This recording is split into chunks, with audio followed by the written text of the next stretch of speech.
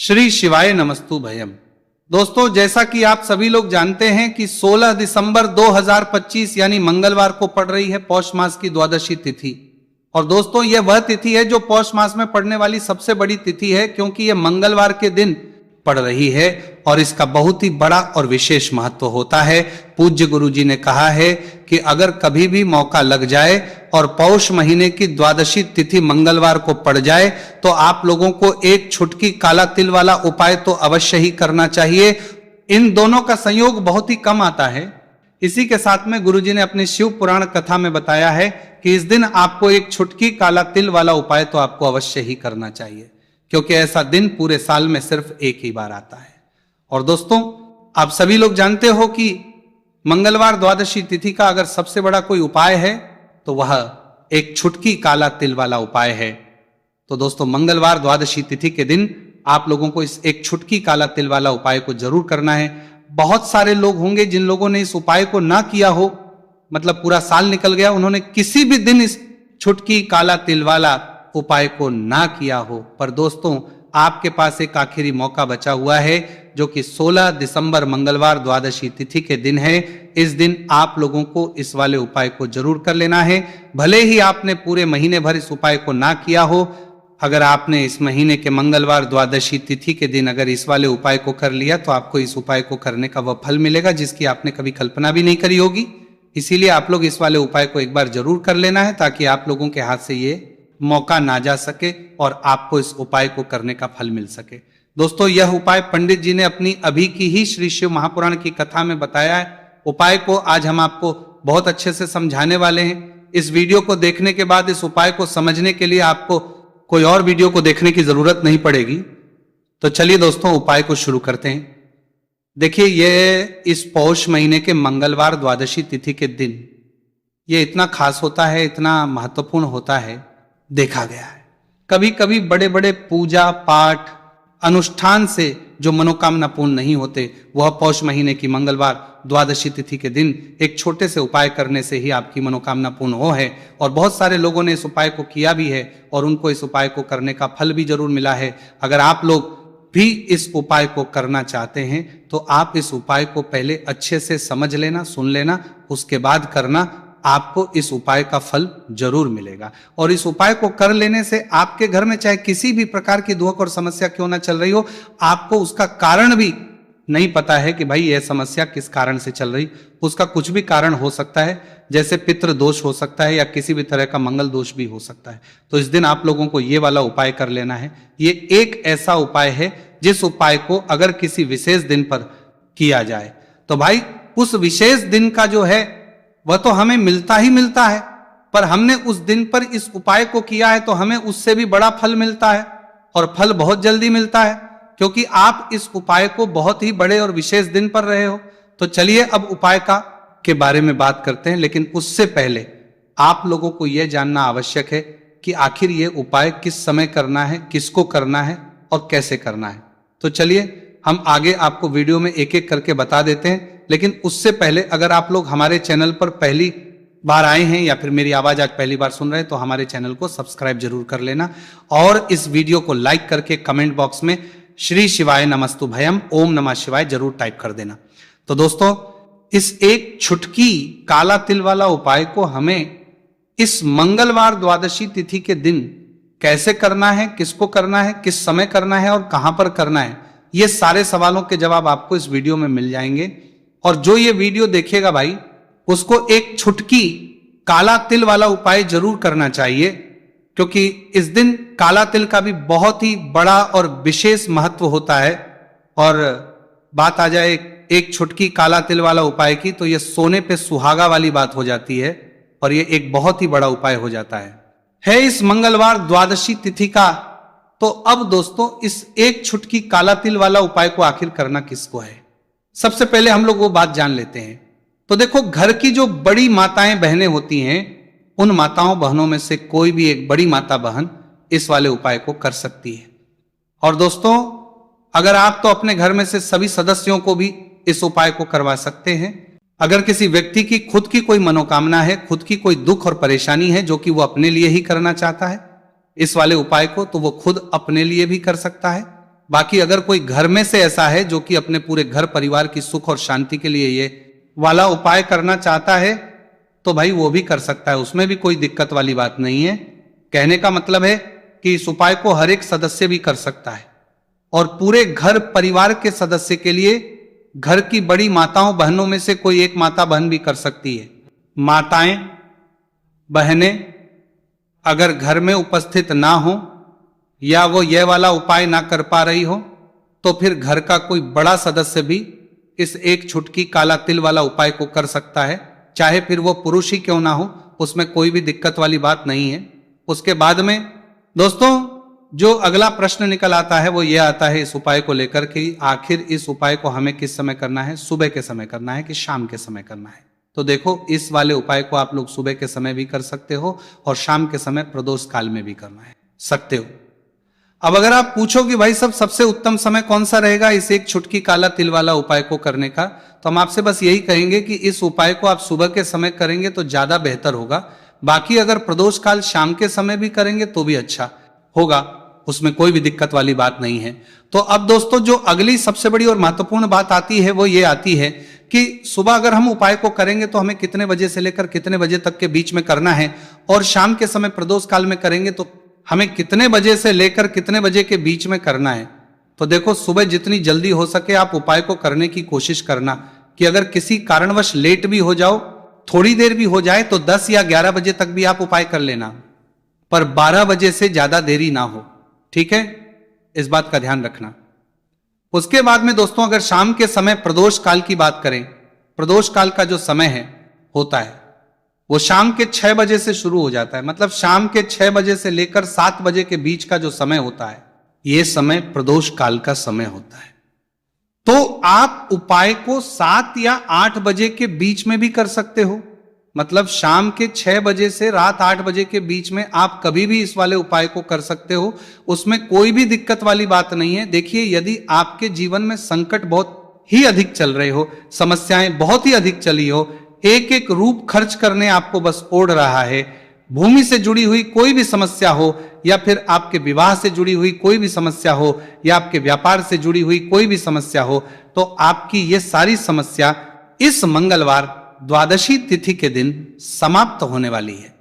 तो चलिए दोस्तों जानते हैं उस विशेष उपाय के बारे में। देखिए इस वीडियो में हम पूज्य गुरुजी द्वारा बताए गए 3 बहुत ही चमत्कारिक उपायों के बारे में जानेंगे।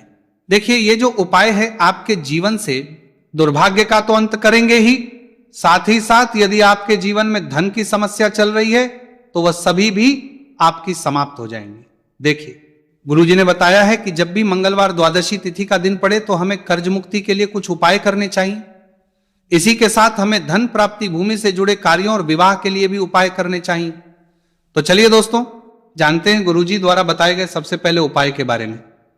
देखिए यह उपाय विशेषकर उन लोगों को करना है जिनकी भूमि से जुड़ी कोई भी समस्या चल रही हो, यानी कि उनकी भी जमीन से जुड़ी हुई समस्या चल रही है, यानी कि जो लोग मकान खरीदना चाहते हैं या फिर उनका खेत से जुड़ा कोई भी केस चल रहा है, या फिर जिनके भी विवाह में विलंब हो रहा है, या फिर जिन भी लोगों के जीवन में कर्ज बहुत ही अधिक बढ़ने लगा है, कर्ज जो है वह चुका नहीं पा रहे हैं, तो गुरुजी ने कहा है कि ऐसे लोगों को यह उपाय करना चाहिए। देखिए इस उपाय के लिए आपको थोड़े से काले तिल ले लेने हैं। देख आपको मात्र एक चुटकी काले तिल ले लेने हैं, इसी के साथ में आपको थोड़ा सा शहद ले लेना है, फिर सबसे अंत में आपको एक लोटा शुद्ध जल ले लेना है। तांबे के पात्र के अंदर आपको अपने घर से शुद्ध जल ले लेना है और इन सभी सामग्रियों को आपको लेकर के पहुंच जाना है भगवान शिव के मंदिर में। देखिए पूज्य गुरुजी ने बताया है कि इस उपाय को आप सुबह से लेकर के शाम तक किसी भी समय में कर सकते हैं। देखिए मंदिर पहुंचने के आप जो काले तिल लेकर के गए थे उनमें आपको थोड़ा सा शहद लगा लेना है। देखिए आप जो शहद लेकर के आए हैं उस शहद में आपको ये काले तिल अच्छे से डुबो देना है और शहद से युक्त ये जो काले तिल हैं इन्हें आपको शिवलिंग पर अर्पित कर देने हैं, या फिर आपको शिवलिंग के चारों तरफ अच्छे से काले तिल का लेपन कर देना है। पूज्य गुरुजी ने बताया है कि लेपन करते समय यदि आपके जीवन में कर्ज से जुड़ी समस्याएं चल रही हैं, लेपन करते समय आपको आर्यन मुक्तेश्वर महादेव का स्मरण करना है, या फिर आपके जीवन में विवाह से संबंधित या फिर जमीन से संबंधित कोई भी समस्या चल रही है तो फिर आपको मंगलेश्वर महादेव का स्मरण करना है। इसके बाद जो आप जल लेकर के आए हैं उसे आपको धीरे धीरे शिवलिंग पर अर्पित कर देना है तथा आपको लगातार शिव महापुराण के मूल मंत्र श्री शिवाय नमस्तु भयम इस मंत्र का जाप करते रहना है। पूज्य गुरुजी ने बताया है कि सिर्फ एक मंगलवार द्वादशी तिथि यह उपाय करके देखना और आप स्वयं देखेंगे कि 2 से 3 महीने के अंदर आपके जीवन से जुड़ी हुई जो भी समस्याएं हैं बस सभी समस्या बहुत ही जल्द महादेव की कृपा से दूर होने लगेगी। तो दोस्तों, इस प्रकार से आपको यह पहला उपाय ना है। अब हम जानते हैं दूसरे विशेष उपाय के बारे में। देखिए, इस उपाय के लिए आपको एक प्यारी सी बेलपत्र ले लेनी है। इसी के साथ में एक लोटा शुद्ध जल लेना है तांबे के पात्र के अंदर और इसी के साथ में आपको थोड़ा सा शहद ले लेना है। देखिए, मंगलवार का दिन है और मंगलवार द्वादशी तिथि के दिन यदि हम शहद का उपाय करते हैं तो इससे महादेव हमसे बहुत ही अधिक प्रसन्न होकर के हमारी मनोकामना को परिपूर्ण करते हैं। देखिए दोस्तों, यदि आपको बेलपत्र नहीं मिल पाती है तो आप भगवान शिव के शिवलिंग पर जो बेलपत्र छड़ी हुई होती है उसे शुद्ध जल से धो करके उसका उपयोग कर सकते हैं। तो इन सभी सामग्रियों को आपको भगवान शिव के मंदिर में लेकर के पहुंच जाना है। गुरुजी ने कहा है कि इस उपाय को भी आप सुबह से लेकर के शाम तक किसी भी समय में कर सकते हैं। देखिए, मंदिर पहुंचने के बाद आपके पास जो एक बेलपत्र है और बेलपत्र की जो सबसे बड़ी वाली पत्ती होती है और उसकी जो चिकनी साइड होती है उस पर आपको अच्छे से शहद का लेपन कर देना है। यानी कि बेलपत्र की बड़ी वाली पत्ती पर, पूरी ही पत्ती पर अच्छे से शहद लगा देना है। अब देखिए, ये जो बेलपत्र है इसे आपको अपने सीधे हाथ की हथेली पर रखना है और आपके जो भी कार्य अटक रहे हैं, देखिए बहुत से लोग ऐसे होते हैं जो अपने नौकरी को प्राप्त करने के लिए सालों से तैयारी करते हैं लेकिन उनको नौकरी नहीं प्राप्त हो पाती है। बहुत से ऐसे लोग होते हैं जो बहुत ही मेहनत करते हैं, धन भक्ति के लिए बहुत अधिक प्रयास करते हैं लेकिन फिर भी उनको धन प्राप्त नहीं हो पाता है। तो गुरुजी ने बताया है कि जब भी आपको अपने कार्यों में सफलता ना मिले तो फिर आपको मंगलवार के दिन इस उपाय को अवश्य करना चाहिए। देखिए, अब आपको जिस भी कार्य में सफलता प्राप्ति करनी है उस कार्य को सफल बनाने के लिए आपको महादेव से प्रार्थना कर लेनी है और फिर यह जो एक बेलपत्र है इसे आपको भगवान शिव के शिवलिंग पर अर्पित कर देनी है। देखिए, बेलपत्र की चिकनी साइड जिस पर आपने शहद लगाए हैं वो शिवलिंग से स्पर्श रहेगी और इसकी जो डंडी है वो आपको जलाधारी की ओर रखनी है। इस प्रकार से आपको यह बेलपत्र अर्पित कर देनी है। अब देखिए, आप जो एक लोटा जल लेकर के आए हैं उसे आपको भगवान शिव के शिवलिंग पर धीरे धीरे अर्पित कर देना है। श्री शिवाय नमस्तु भयम इस मंत्र का जाप करते हुए देखिए, जैसे ही यह जल शिवलिंग से होकर के जलाधारी की ओर बह करके आएगा तो इसे आपको थोड़ा सा अपने सीधे हाथ की हथेली में झेल लेना है। इस जल को आपको अपनी दोनों आंखों पर लगा लेना है और इस जल का थोड़ा सा छिड़काव आपको अपने शरीर पर कर लेना है। पूज्य गुरुजी ने बताया है कि जब भी हम मंगलवार के दिन शहद वाली बेलपत्र शिवलिंग पर अर्पित करते हैं तो इससे हमें महादेव हर कार्य में सफलता प्राप्त करवाते हैं।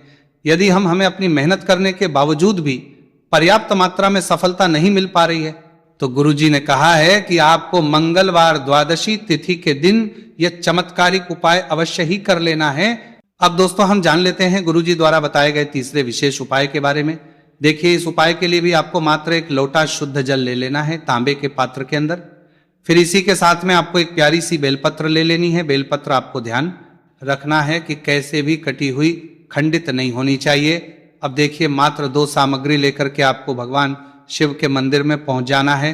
पूज्य गुरुजी ने बताया है कि यह उपाय विशेषकर उन लोगों को करना है जिनकी कोई भी विशेष मनोकामनाएं जो कई दिनों से परिपूर्ण नहीं हो पा रही है, चाहे वो विवाह से संबंधित हो, नौकरी से संबंधित हो, व्यापार से संबंधित हो, चाहे किसी भी प्रकार की मनोकामना है जो परिपूर्ण नहीं हो पा रही है, तो उसके लिए आपको यह उपाय करना है। देखिए, इस उपाय को भी आप सुबह से कि शाम तक किसी भी समय में कर सकते हैं। देखिए, मंदिर पहुंचने के बाद सबसे पहले तो आप बेलपत्र लेकर के आए हैं, उसे आपको अपने सीधे हाथ की हथेली पर रखना है और आपको महादेव से प्रार्थना करनी है कि हे मेरे महादेव, मेरी ये जो मनोकामनाएं बहुत दिनों से अधूरी है, मैंने कई प्रकार के उपाय कर लिए हैं, कई प्रकार के व्रत कर लिए हैं, लेकिन अभी तक मेरी मनोकामना परिपूर्ण नहीं हो पाई है।